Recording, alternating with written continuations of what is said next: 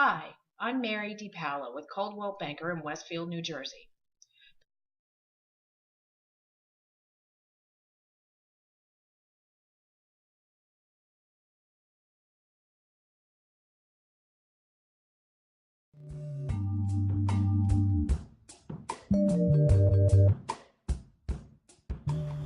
Hi, today we're with Bill Root of Root's Home Inspection. Thanks for being with us, Bill. Thanks for inviting me. Why don't you tell us a little bit of an overview of the process? A home inspection is a full evaluation of the house. Everything will get explained in detail, so you have a full understanding of what the house and its functions are. It'll also explain any repairs that need to be made, okay, or any potential defects or hidden problems or potential hazards. It's a critical part of the home inspection. Usually these points can be negotiated prior to closing, so it is important to get a home inspection.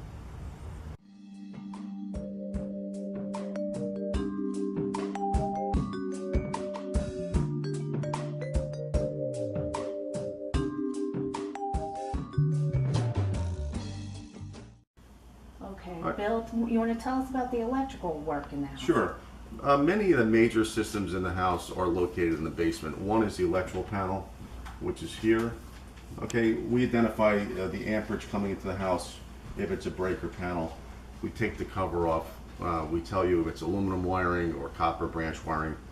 Okay, so this is an important system in the home. Besides the electrical panel, all the outlets in the house get tested for polarity. You know, we check for see if there's GFIs in kitchens, bathrooms, and exterior. But it's a full evaluation of the electrical system.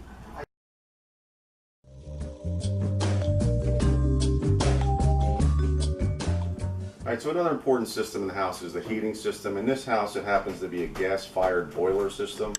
We'll identify the age of the system. This system is probably original to the house, 50 years old or so. Typically 25 to 35 years is the manufacturer life expectancy of a boiler. However, they do go beyond the life expectancy. This one is still functioning. In a report, it would go as marginal, and you would have an idea of you know, how old your heating system is. The water heater is also identified with the age, how many gallons it is, explaining where the shutoff valve is. And again, 10 to 12 years on a water heater. This one's approximately 5 years old.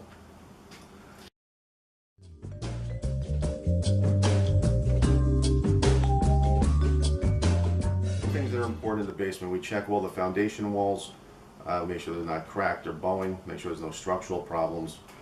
We check the sill plates and the floor joists to make sure that there's no termite damage.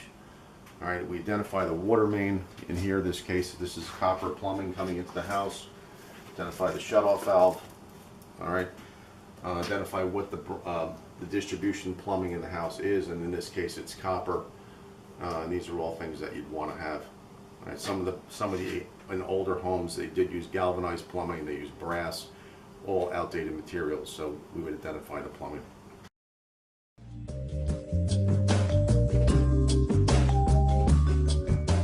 Some of the other important things in the basement, and a lot of people are always concerned about water penetration. Okay, a lot of the times water penetration starts with the exterior, the grading, the gutters, leaders, and downspouts. But we check and we identify if there's anything waterproofing the basement, like a French drain, sub pump, and pit. We'll see if there's any evidence of water penetration on the foundation walls. And usually it's always nice to get a disclosure with the house from the owner to see if they've ever experienced water. Some other conditions in the basement that comes up. Mold is also another concern of a lot of people, especially if it's a finished basement. So if we see any mold, we'll identify it. Asbestos is another popular issue.